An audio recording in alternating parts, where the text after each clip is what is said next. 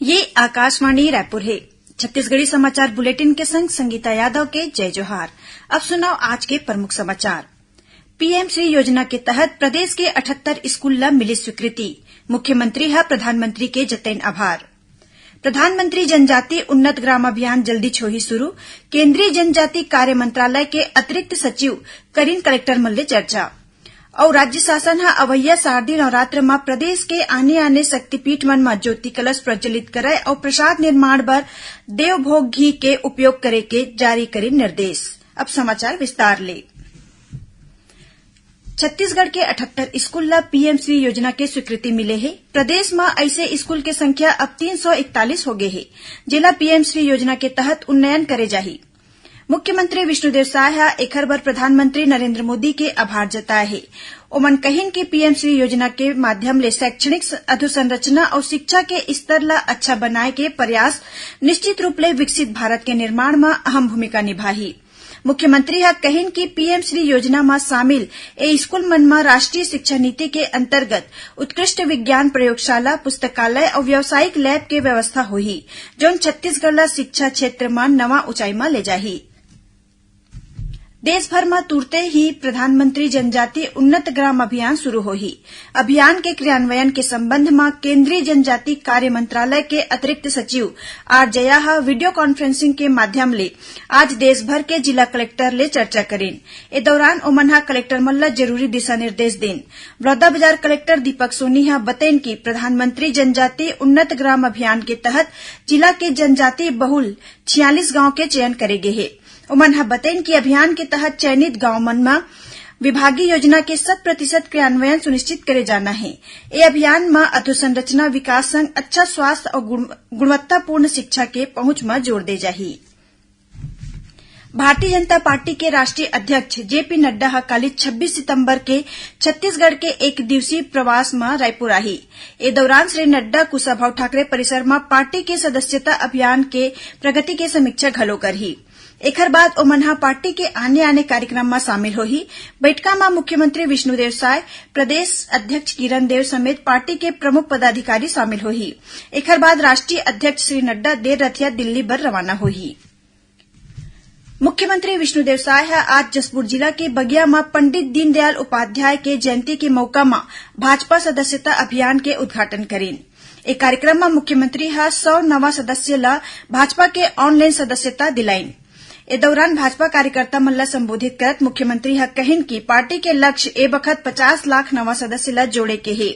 ओमन हर कार्यकर्ता ला 100 नवा लोगन ला भाजपा के सदस्यता दिलाए के निर्देश दिन। राज्य शासन सबो कलेक्टर मन ला दिशा निर्देश दे है कि अवैया शारदीय नवरात्र में प्रदेश के आने शक्तिपीठ मन में ज्योति कलश प्रज्वलित करे और प्रसाद निर्माण बर देवभोग घी के उपयोग करे जाए। राज्य के कृषि उत्पादन आयुक्त सबो कलेक्टर मन ला भेजे गे पाती में कहिन कि छत्तीसगढ़ राज्य सहकारी दुग्ध महासंघ राज्य में दुग्ध व्यवस्था के शीर्ष स्थान है। एखर द्वारा प्रदेश में लगभग 700 दुग्ध सहकारी समिति मन ले संबद्ध 30,000 ले ज्यादा पशुपालक परिवार मन ले दूध के संकलन करे जाथे।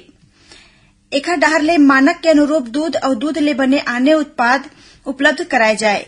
कलेक्टर मन ला भेजे गे पाती में कृषि उत्पादक आयुक्त कहिन कि शक्तिपीठ मन में देवभोग घी के उपयोग ले राज्य के पशुपालक मन के हित होही।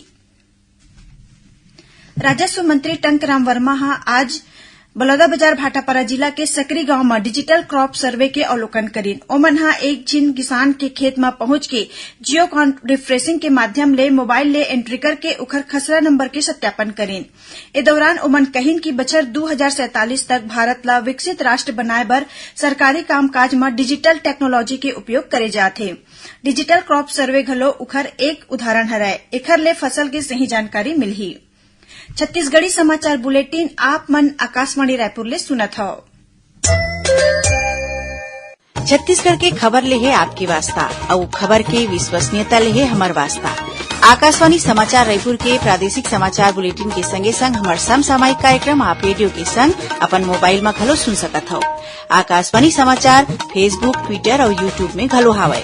हमार फेसबुक पेज हरे Chhattisgarh news on AIR, Twitter handle CGAIR news और हमार यूट्यूब चैनल हरे छत्तीसगढ़ AIR न्यूज। तो अब रेडियो के संगे संग आपके मोबाइल के माध्यम ले हम आप तक पहुंचत हन।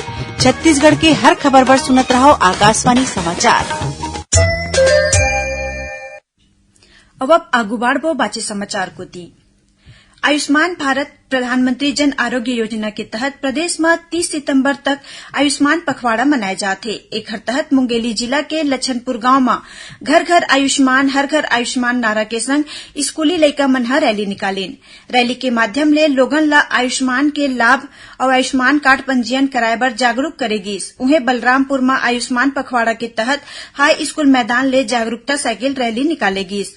ये रैली हाई स्कूल ग्राउंड ले शुरू होके पुराना बस स्टैंड में समाप्त होइस। रैली ला मुख्य चिकित्सा अधिकारी डॉक्टर बसंत सिंह हरा झंडी दिखा के रवाना करीन। ये रैली में बड़का संख्या में स्कूली छात्र छात्रा भाग लीन और लोगन ला आयुष्मान योजना के प्रति जागरूक करेन। ओती कोंडागांव जिला में आयुष्मान पखवाड़ा के तहत 20 ले 30 सितंबर तक हितग्राही मन के आयुष्मान कार्ड बनाए जाथे। ऐसे हितग्राही जेकर आयुष्मान कार्ड अभी तक नहीं बन पाए है, स्वास्थ्य कार्यकर्ता ओकर घर जाके और गांव में शिविर लगा के आयुष्मान कार्ड बनावत है। संगे संग लोगन ला जागरूक करे बर विकासखंड स्तर में स्वास्थ्य शिविर, आयुष्मान सभा और जागरूकता रैली के आयोजन करे जाथे। पंडित दीनदयाल उपाध्याय के जयंती में आज मुख्यमंत्री विष्णुदेव साय ह जसपुर जिला के बगिया में आयोजित कार्यक्रम में ओमन ला श्रद्धांजलि दिन। ए दौरान ओमन कहिन कि पंडित दीनदयाल उपाध्याय एक जिन ऐसे युग दृष्टा रहिन जेकर विचार और सिद्धांत ह देश ला प्रगतिशील विचारधारा दिन। मुख्यमंत्री ह कहिन कि उखर अंत्योदय सिद्धांत में चल के हम सब आम लोगन के जीवन स्तर ला अच्छा बनाए बर प्रतिबद्ध हन। उहें उप मुख्यमंत्री अरुण साव ह बिलासपुर के पंडित दीनदयाल उपाध्याय उद्यान में उखर प्रतिमा ऊपर फूलमाला चढ़ा के श्रद्धांजलि दिन। इस दौरान श्री साव ह बिलासपुर नगर निगम डहर ले आयोजित स्वच्छता ही सेवा पखवाड़ा में शामिल हुईन। ओमन हा विधायक और आने प्रतिनिधि के संग झाड़ू लगा के उद्यान के सफाई करीन।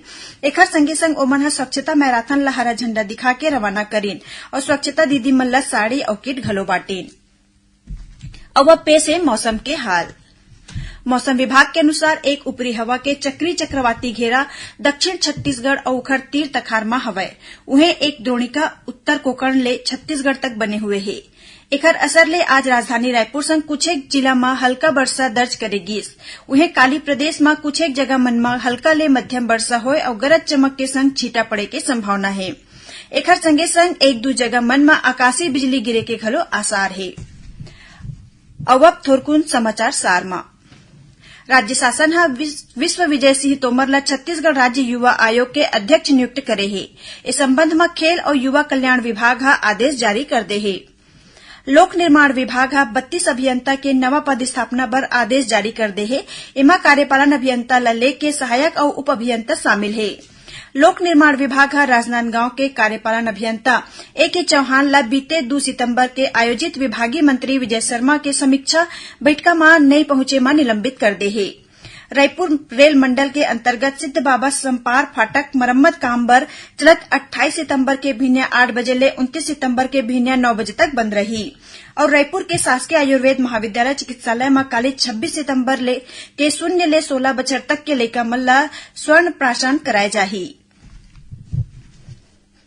आखिर में प्रमुख समाचार एक गांव फिर। पीएम श्री योजना के तहत प्रदेश के 78 स्कूल में ला मिली स्वीकृति। मुख्यमंत्री है प्रधानमंत्री के जतन आभार। प्रधानमंत्री जनजाति उन्नत ग्राम अभियान जल्दी छोही शुरू। केंद्रीय जनजाति कार्य मंत्रालय के अतिरिक्त सचिव करीन कलेक्टर मल्ले चर्चा। और राज्य शासन हा अवैया शारदीय नवरात्र में प्रदेश के आने आने शक्तिपीठ मन में ज्योति कलश प्रज्वलित करे और प्रसाद निर्माण बर देवभोग घी के उपयोग करे के जारी करें निर्देश। एकरे संग छत्तीसगढ़ी समाचार बुलेटिन इहे सिरावत है। जय जोहार।